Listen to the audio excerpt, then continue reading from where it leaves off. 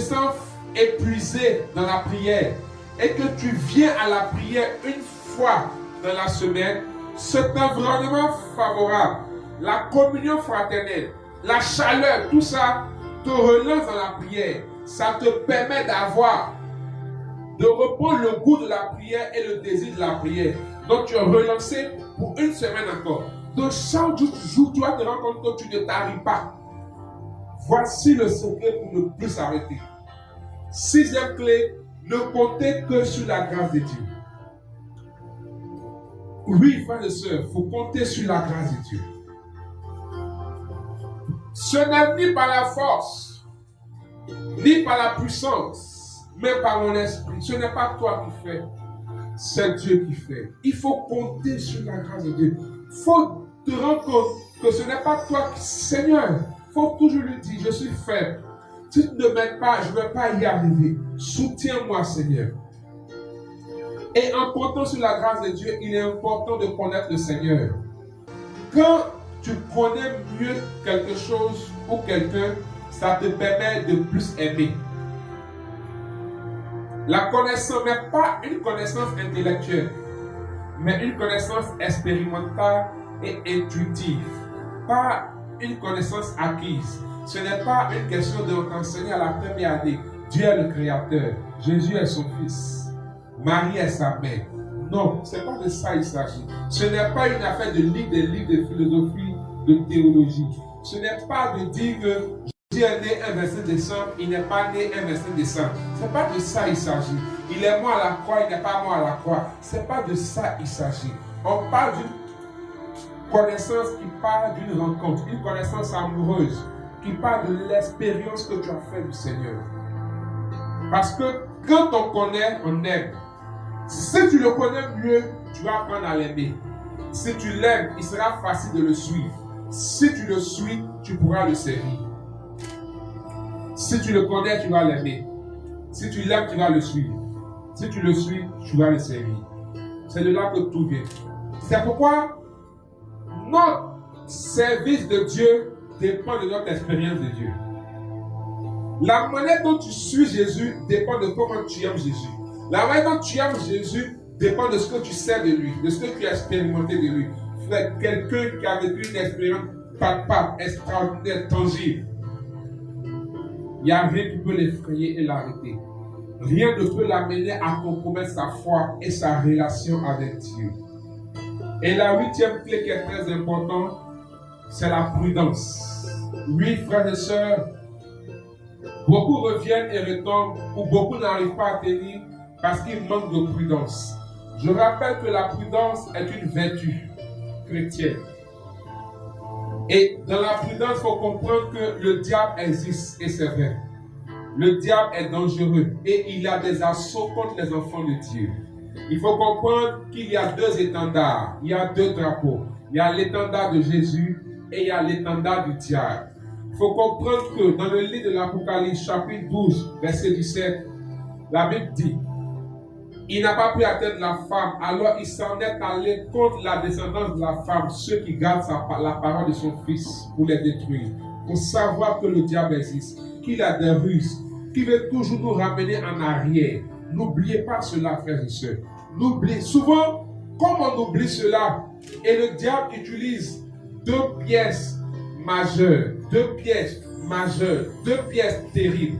La première pièce, c'est pour ceux qui se convainquent que Satan c'est rien. Donc il arrive à leur faire croire qu'il n'existe pas. C'est l'une des meilleures manières du diable pour agir. L'autre pièce extrême aussi, c'est ceux qui aiment toujours être dirigés vers le diable. Il leur fait croire que le diable est omniprésent et il peut tout.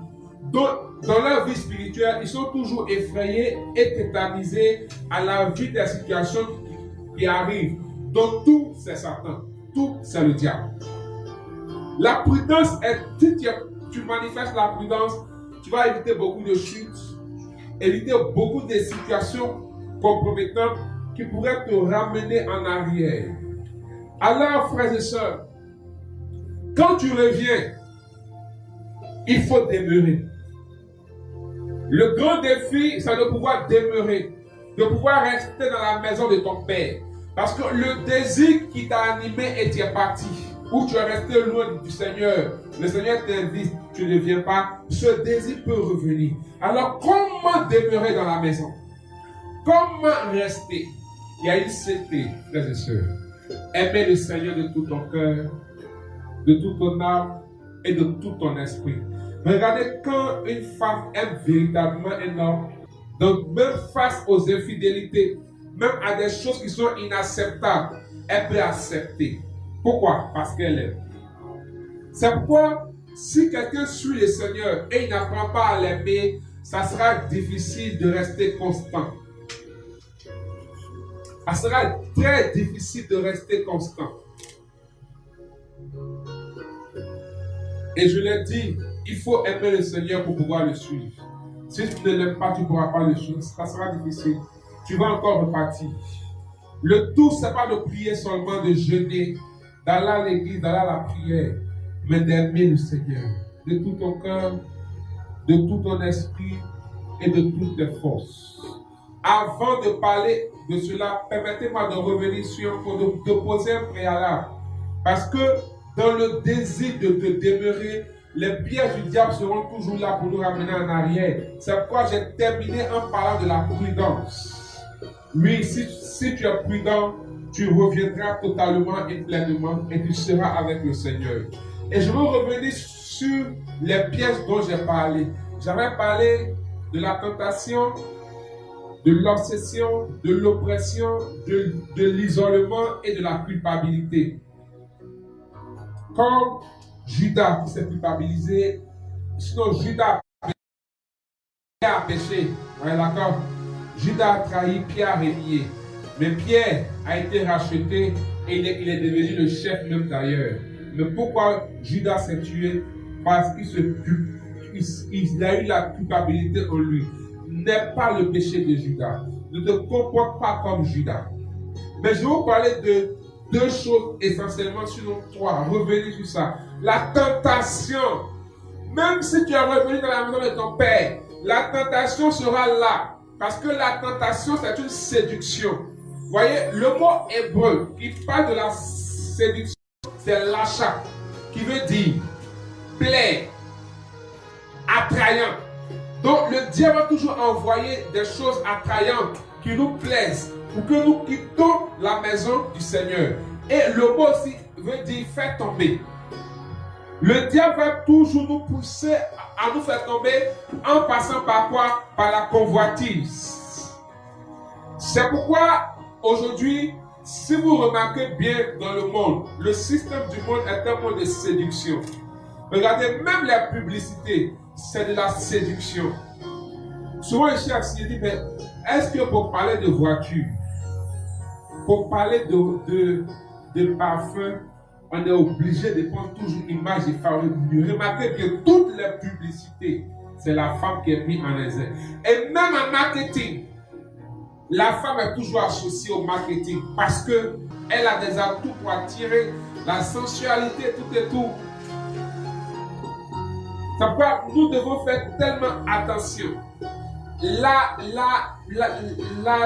séduction, la tentation s'exerce avec jusqu'à arriver par la face. Tu es fasciné par la situation. Tu es fasciné par l'affaire. Donc tu te laisses aller. Et dans cette situation, l'ennemi en fait t'invite à toi de choisir et aller avec lui.